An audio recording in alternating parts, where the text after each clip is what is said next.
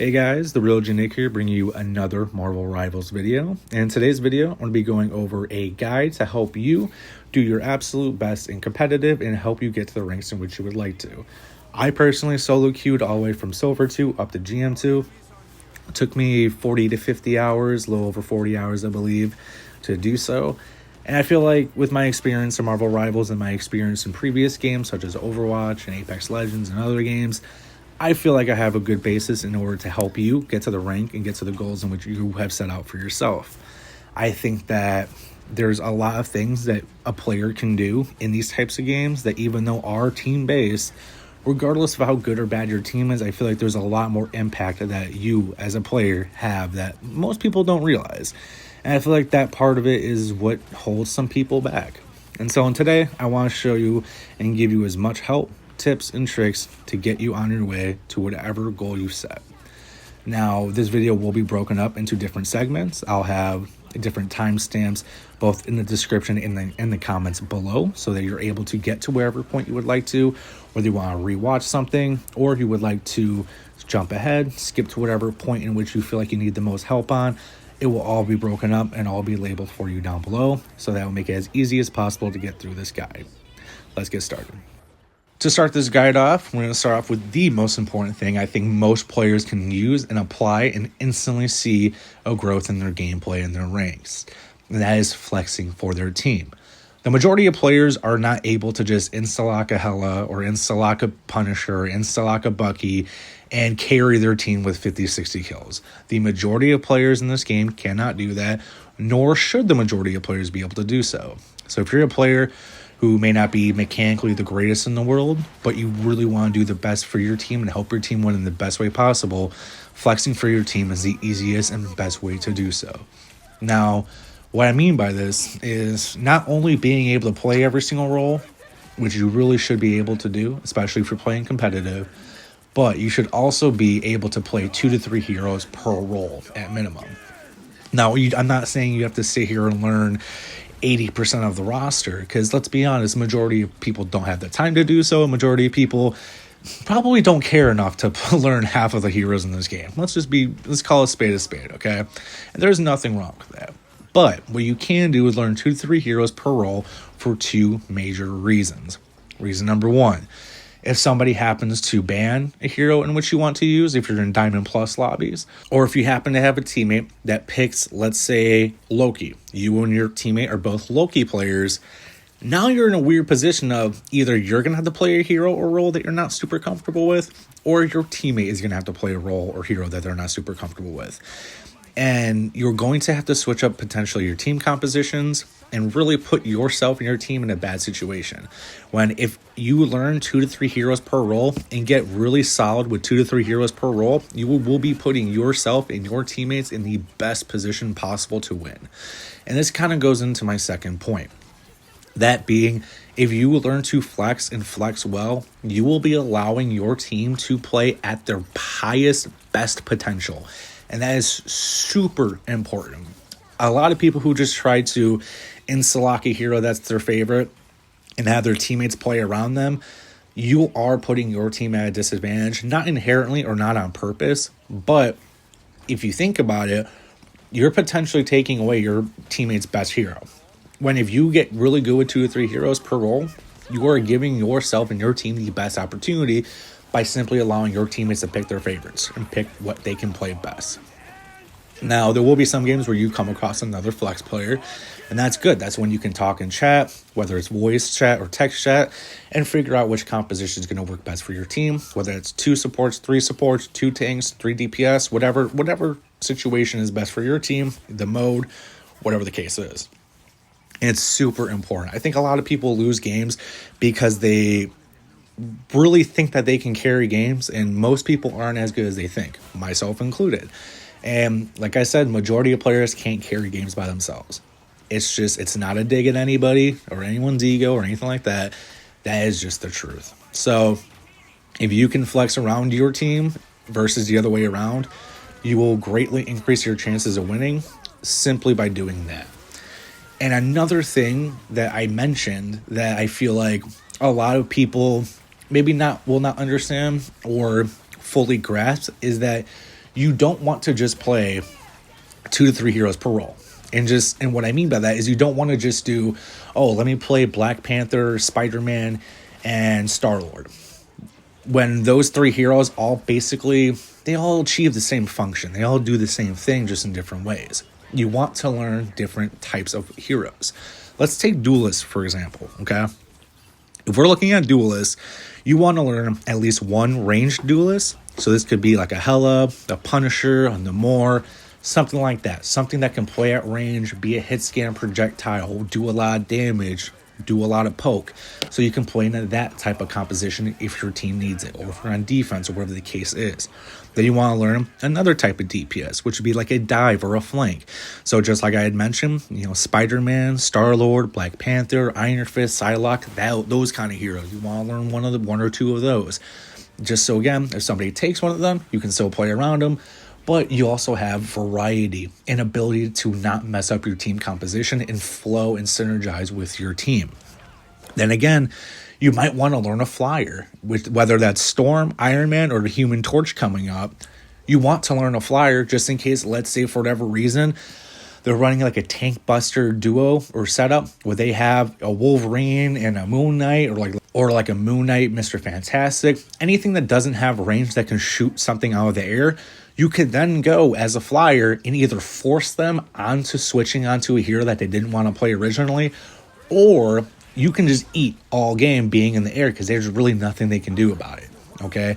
That will give you so much power. And that, I know, is just explaining the duelist, but the same goes for the other roles too.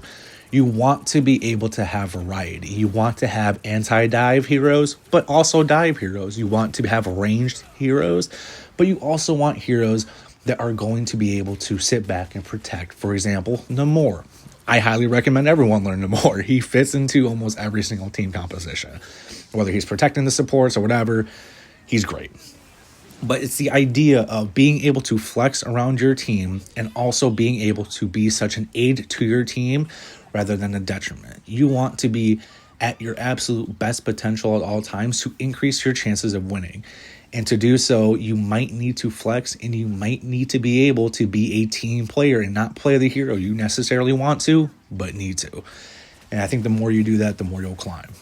Next, I want to talk about communication. Now, it seems super basic and obvious, but majority of players don't use their mics.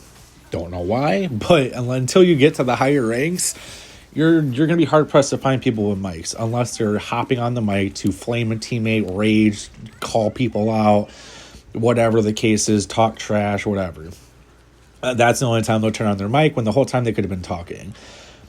It is super important to have your mic on and to be making call-outs. Whether or not people hear you or not, you are, one, learning a very good skill, learning the call-outs and learning how to actually give them effectively to help your team, so that especially when you get to higher ranks playing with players who do use the mics very often, you will actually be an aid and not a hindrance to your team. And when I mean calling out stuff, I am not at all telling you to coach people. Do not, and I repeat, do not coach people. People do not like to be coached. People have egos and people are fragile. That is just not me being rude. That is just a lot of video games. People have big old egos and they're very fragile, and they will flip shit, throw the game, whatever, if you try to coach them and tell them what to do, even if you're trying to be nice. It's something I experienced in Overwatch, and it's carried over into Rivals. That is just the way it is, okay? So, by all means, please make call-outs, and I actually advocate, make call-outs, use your mic. Even if nobody's in the voice chat, or you don't hear anybody else respond to anything, just use it. It is much faster than pinging, it is more reliable than pinging, and it is a very good habit to get into. And through doing so, you'll probably meet a couple people who are really cool you can combo with. If you're using Groot, they're using Moon Knight. Hey, let's combo this. You ready? I'm ready. Like, you can do that. I've had that happen so many times, and this is how you make connections and make new friends. Okay, so whether or not you like solo queuing or not, if you don't, this could be an opportunity for you to make new friends and actually play with people in duos, trios, quads, whatever the case is, okay? But please use your microphone make call outs. Do not use your microphone. Do not use text chat to talk shit. Keep that to yourself, okay?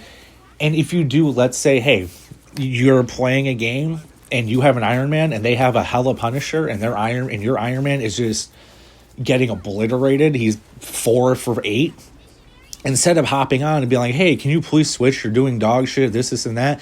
Be like, hey, can we get a Star-Lord? Can we get a Hela? Can we get a Punisher? Can we get Namor? Can we get a Storm? Like, whatever the case is, just to help your team do the best they can, but it's the way you say it. I know it seems like you have to put on gloves and treat people like babies on these games, but unfortunately you do. That is just the matter of a fact. That is just how it is. You need to treat people like kids. You need to treat them softly with gloves. Otherwise, they're just going to throw your game. Especially at lower ranks, people generally don't care as much as you do. So they're just going to throw your game and not give a shit. And just on to the next one. You know, they don't care. So keep that in mind. Please use your mic, but use it wisely. If you're mad at a teammate or whatever, just keep it to yourself. Hold it in. Just breathe. Let it go. Okay? It is not worth it. You're just going to cause nothing but mayhem on your team, and you're just going to mentally destroy your team and lose the game. Use your mic for good. If it's a bad reason, like our moms always told us, if you have nothing nice to say, don't say it at all. Just follow that way, and it will be a much better experience for you, I promise. Next, I just want to talk about something that, again, should seem pretty basic, but for a lot of players, they don't know. And that is map knowledge and health packs.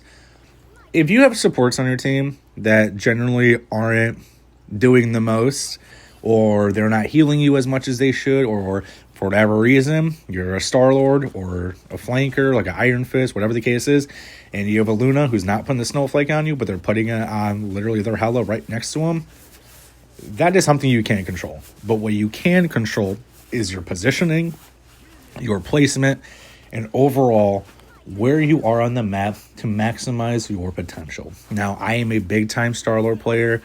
I recently got him Lord. I have around 20 hours or so, give or take, on him. And I learned very well with him to position myself in between health packs. Now, for most of the maps, and a lot of them, they have health packs grouped up. And what I mean by that is they'll have health packs in areas very close to each other. So in certain areas, you might have 2 to 3 health packs in a certain area that you can keep cycling between as you're killing, being aggressive, pulling aggro, or being able to just be a disturbance on the team, mainly the supports, burning resources, burning cooldowns, keeping their attention away from healing and keeping their attention away from whatever job they're supposed to be doing at that time, whether it's support or duelist or even tank, depending on the tank. So it is super important in just being self-sufficient. I think that is a major thing. Yes, I personally believe support is generally the easiest role in the game, and you should be getting decent heals most of the time. But if you're starting out at lower ranks or whatever the case is, they may not be the best, or maybe they're in a position where they're playing a hero that they don't have that much experience with in comp, because let's be honest, that happens sometimes, okay? It is unfortunate, but it is what happens. We've all lived it, okay? We see it all the time, right? But what you can do as a player, as a solo queue player, is genuinely do the best you can at being self-reliant and self-sufficient. That is the most important thing. If you are able to rely on health packs and be super self-sufficient and not necessarily need to go to supports to heal you, whether that's burning cooldowns or just simply taking their attention off of their tanks or their other duelists, or even helping out their other support being dove by a Black Panther or something, for example, where you're not right there to help, that is doing more than you know. Now, it's not something that's going to show up on the stat sheets or anything like that, but being self-sufficient is something that goes, I feel like, under the radar, and most people I see don't talk about that. If you can be self-sufficient and rely on health packs most of the time, especially, again, I'm mainly focusing on duelists here. Tanks, you really should be relying on your supports. But it is still very important to know where the health packs are, just in case you lose a support, or just in case you're in too deep, you overextend on accident, whatever it is, you can still have routes to get back. And that map knowledge is important, not only for routes and getting the most out of the maps and really making the best plays possible, but it is allowing you to really get the most uptime for yourself as possible without having to fall back and get heals, or end up dying. It is super important. And I think that if you take some time to really learn where the health packs are and become self-sufficient, you will genuinely create a big difference for your team, even if they don't realize it. My final tip in this guide would be your mental. Now, I think that a lot of players, especially in the lower ranks, don't truly understand how important it is to be mentally strong. Call it cheesy, call it thinking too deep into a video game, whatever you want to call it. It's just the truth. If you look at high-ranked players, and I'm talking like one above all, top 500, celestial, like absolute demons, okay?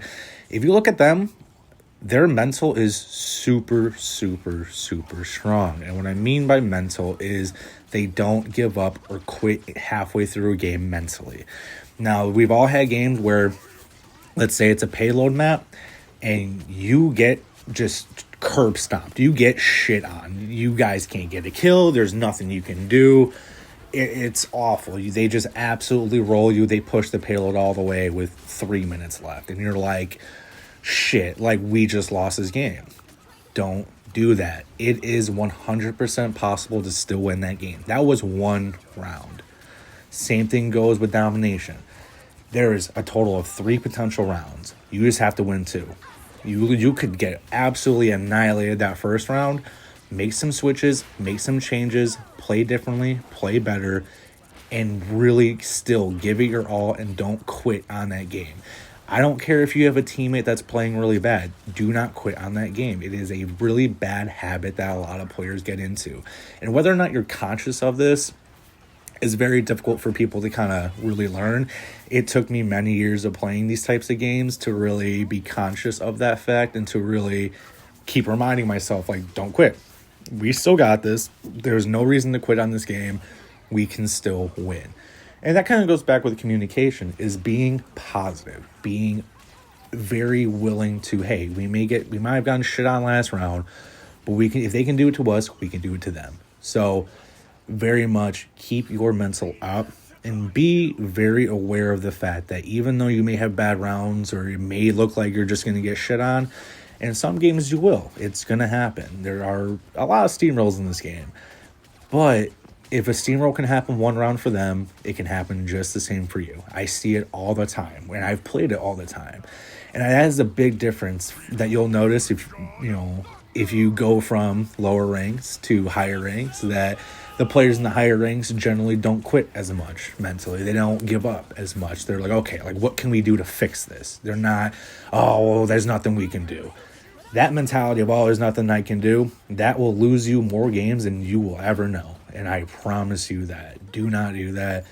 Try to be mentally strong, stick through, pull through, and figure it out, okay? Like I said, there will be games where you can't win it, but for the most part, you can win every single game if you are just mentally strong enough. And I know you can't control your other teammates, but you can control yourself. You are the only common denominator, okay? You are the only constant variable in this entire solo queue grind, okay? Try to be the best you can be, not only for your teammates, but for yourself. Don't throw in the towel. Don't quit. Be positive. Motivate yourself. Motivate your teammates. Make changes and get the win. Don't quit. Another thing with mental is, as I mentioned earlier, like, oh, I couldn't do anything. He's just better than me. Watch your own gameplay. There's probably a lot of mistakes that you're making that you don't notice in real time that you could look back and watch with hindsight and be like, that was probably a really bad, I was either positioned wrong there or I burned a cooldown I really didn't need to burn, or whatever the case is. There's a lot to learn from your own gameplay. And again, if you look at high-level players, they are not even just constructive criticism, but they are more critical of their own gameplay and themselves than anybody else ever will be. And there's a good reason for that. And it is part of the reason why they get so high ranked and why they grind so hard and why they're able to get to positions in which you're trying to get to currently. That is what you need to do, okay? Be critical of yourself. Don't shit on yourself. Don't self-deprecate on me now, okay? But be critical. Be aware that you could have made a better play. And don't just throw your hands up and be like, oh, well, there's nothing we can do. And GG's, whatever. Like, this person threw. Like, no. You can do better. Be better. And I guarantee you a lot more of your games will turn around. Some won't, of course, but a lot more will turn around than you realize. So, quick recap. Flex for your team. Be there for your team. Allow your teammates to play the best roles and the best heroes that they can and play around them. Learn 2 to 3 heroes that can fit into multiple different compositions, into multiple different teams, and learn those 2 to 3 heroes in multiple roles, preferably every single role, just in case, okay? You will come across one tricks. It will happen. Play around them, okay? Secondly, your communication. Play around those players. Don't shit talk them. Shit talking people does nothing but force them to either want to quit or just simply not care. And deep down, they kind of hope they lose the game just to see you get more angry. That is just how it is. That is human nature, gamer nature. It's part of it. So just accept that, understand that, and do your best to be the best you, not only as a person to other people, but if you really want to climb and grind it out, that is the absolute best thing you can do. Communicate for your team, be a team player, call things out, but don't use that as an ability or a way to talk shit to your teammates, because you will 100% lose that game for your team without actually losing it in gameplay. You will lose it by simply killing their mental, which is way more important than you will know. Next is the map knowledge. Be aware of your surroundings, be aware of health packs, be aware of your positioning and where you're at, and don't overextend, don't be out of position, but know how to pull aggro, know how to pull attention, know how to get the other team to burn cooldowns that they necessarily shouldn't be doing, and make yourself a very self-reliant, self-sufficient player. Don't rely on your teammates too much. You obviously need to an extent, but the less you can rely on them and the more you can rely on yourself, the better it will be not only for you, but your team and your games as a whole. Lastly, mental. Be mentally strong. Solo queuing is not for the faint of heart. It is very difficult at times. It is very like, what the fuck am I even doing this for at times? And I totally get it. Especially when you hit like Plat. Plat's oh my God. Plat should be studied. A platinum rank in majority of games should be studied. Like it is swamp ass meets dog shit. It is an insane experience. And that is what it is. It is an experience, okay? So be mentally strong. Don't give up. If I can solo queue all the way to GM2, you can do it too. I am not some incredible mechanical player. I do think I am above average, but I'm not some insane player. I'm not a Necros. I'm not somebody who is extremely talented or a professional player. And I'm still was able to grind all the way up to a top 1% rank. So please be mentally strong. Don't give up. It can and will be done. Give yourself the time. It doesn't happen overnight. You have to learn these things. You have to learn these heroes. And you just have to get better and really learn what works and what doesn't. And I really hope that this guide and these tips and tricks were able to help you in your journey and you were able to take something from it and apply it to your own gameplay or give it to somebody else to help them out and be able to really help your grind and get to the place in which you want to be. Whatever rank, position, number, whatever case it is, I hope that this was able to help you. If this guide did help you in any way, please consider leaving a like and a comment telling me what helped. And if you have any questions whatsoever in the comments, I will do my absolute best to answer them as thoroughly as I possibly can. If you enjoy this content and would like to see more of it, a subscribe would mean the absolute world to me. And yeah, I hope you guys have a great rest of your day. Thank you so much. And please hang in there. Complete the solo queue grind. It'll work. Take care. Bye.